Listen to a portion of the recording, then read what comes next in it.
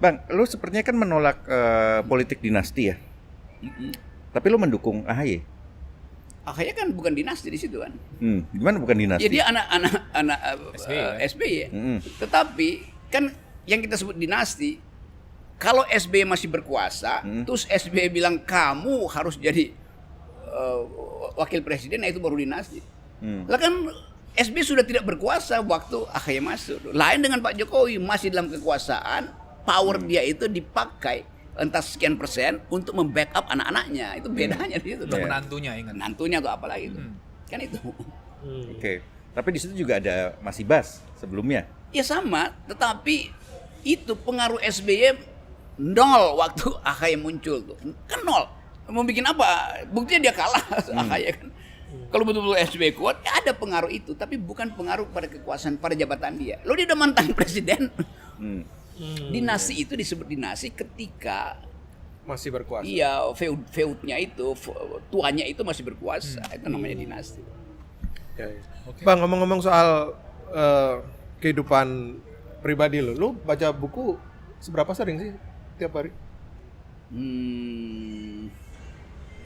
Seberapa sering?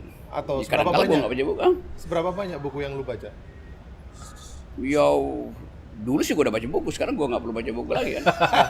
Tinggal recollecting. Sebulan berapa buku Pas gitu, lah, Bang? ya. Sebulan berapa buku sekarang dengan banyaknya undangan-undangan ngajar, kuliah umum.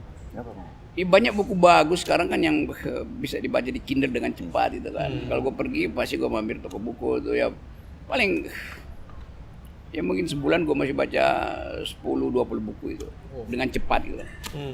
Terutama jurnal sebetulnya, American Scientific American atau Nature, National Geographic, lebih simpel sebetulnya. Tapi supaya bisa baca itu, ya pengertian-pengertian paradigmatik yang teori-teori berat itu pasti harus dibaca. Dan gue udah baca dulu, jadi nggak perlu gue baca sekarang. Artinya lu sudah merasa cukup nih pengetahuan lu Cukup. untuk kemudian melancarkan manuver ke sana kemari gitu. Buat nyicil merasa, peluru. merasa paling pintar bahkan Iya, gitu. gue merasa begitu. Tapi orang Marco lo kalau begitu merasa paling bodoh dong. Kenapa nggak ada kemewahan orang bilang? Ya gue tahu, gue ngerti itu. Kan orang bilang lu ngomong macam-macam. Ya gue sekolah pertama fakultas teknik. Terus gue belajar hubungan internasional, gue belajar hukum, apalagi Tanpa gue ijazah. belajar ekonomi, gue belajar filsafat. Jadi nggak enak kalau kita bilang lu belagu bilang. Ya karena nikmatnya belajar begitu, sehingga lu bisa bikin kombinasi secara permutasi. Akhirnya kan lu bisa hubungkan antara pikiran Plato dengan keadaan terakhir kritik tentang genetika misalnya kan